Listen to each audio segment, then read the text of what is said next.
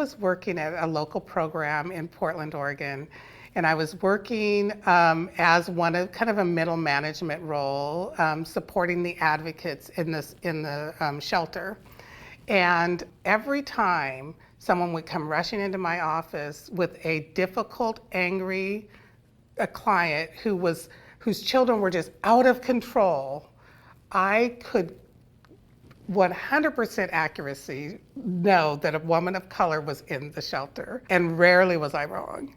And so what I think happens a lot of time in shelter is the lens of bias that says people of color are loud, people of color are poor parents, people of color are going to be more angry, that those biases, that lens through which survivors of color are seen through, absolutely impacts how long they stay in shelter, whether or not they feel like they get access to the same services, or whether they're evicted from shelter. Racism and oppression show up in our anti-violence organizations in a variety of ways. They inform who we think of as the good client versus the difficult or illegitimate one. One reality is that anti-racist work and language access work are closely related. They must be closely related and not separated. So one of the things that I've seen is if there is a survivor of color who is LEP or limited English proficient, if that client or that survivor has no interpretation, obviously there's going to be a giant gap in understanding and communication. But what I also see is an organization making the effort to get interpretation for the meetings or the events that are deemed by the advocate or the organization to be, the most crucial. And that's it. And then what we see is all the casual relationship building, trust building behaviors that we do, they don't happen in those formal meetings. They happen in the hallway, before the meeting, after the meeting. They happen around meals. Those trust building opportunities are not able to happen. And so then that client or that survivor, they start to come to you only when the need that they have is so critical to them that they would actually approach this giant barrier and try to overcome it alone. The language that's used to refer to this dynamic, it becomes, she only comes to me when she needs something. Or she is really high needs and maybe not a great fit for our program. Advocates of color are tokenized, bombarded by microaggressions on a daily basis, and are accused of being too sensitive when they call out their experiences, all of which keep staff of color from holding positions of leadership or forces them to leave anti-violence work as a self-care or survival strategy. All advocates have vicarious trauma experiences. All advocates have come across toxic workplaces, or all advocates have had to deal with toxic systems. But only, advocates of color and other marginalized advocates are experiencing this particular microaggression. I call it like the death of 1,000 cuts, because it's not like you're gonna even notice the first one, right? You may not even notice the 10th one, but by the time you notice it, you're shredded already. It's that, oh my goodness, you're so articulate. I'm the executive director of my organization. I hope I'm articulate, Or, oh my goodness, you have such good hair.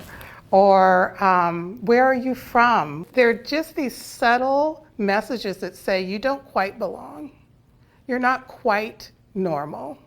Normal is whiteness, and you're not white, so you're not normal, but what are you? But it's not this direct, racism. It's this deep othering that, that's how I would describe a microaggression, that it's a deep othering of me while being really sly and sneaky about it.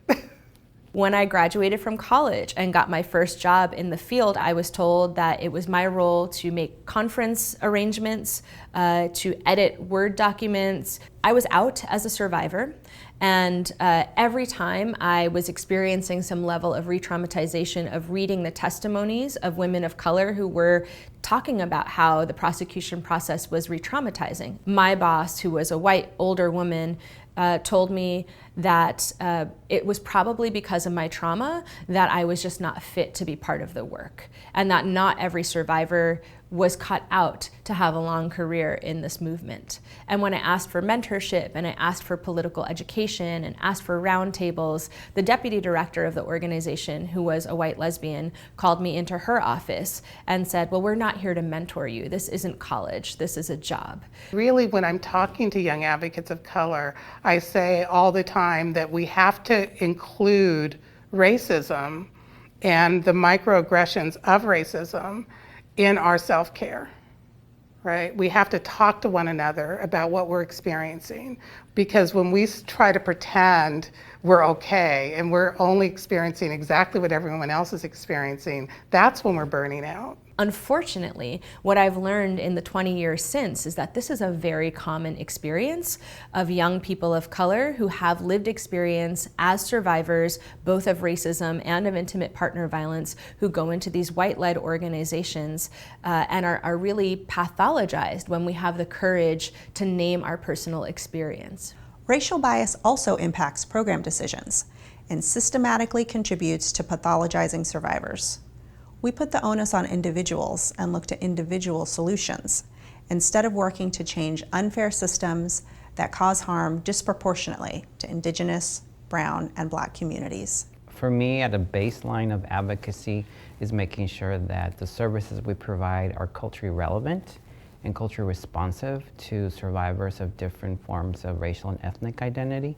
For me, culturally relevant means adapting to the circumstances of the individual, whether they may be limited English proficient or they may have a need of a certain food in order to feel comfortable. There's a lot of policies that shelters have used for a long time that many shelters are actually moving away from now as we really revert back to some of our grassroots beginnings and have systems within our organizations that are survivor-centered, such that survivors are choosing what they want and what they don't want.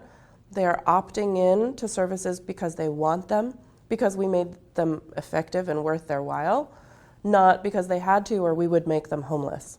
We also see how racism in the broader systems that advocates and survivors have to come into contact with perpetuate harm and violence. The way that systemic racism looks in the anti-violence field is that decades ago, even though women of color said don't go in that direction, the white women who had the power decided to really invest completely in the criminal justice system as the solution to intimate partner violence, to sexual assault, and all the ways that women and gender nonconforming folks are harmed. That we know now, of which women of color knew 40, 50 years ago, does not serve communities of color and in fact creates more harm. Early in my work life, I was a prosecutor in a domestic and sexual violence felony unit. I could see early then, and I didn't have the language for it, how the system was actually harming particularly Black women, women of color, gender nonconforming folks. What I understand now is that the decision that was made to invest in the criminal justice system as a solution to domestic and sexual violence has actually contributed to the over-incarceration, the over-criminalization of communities of color. And we have to begin to step away and find other ways of community accountability and transformative justice that work for everyone.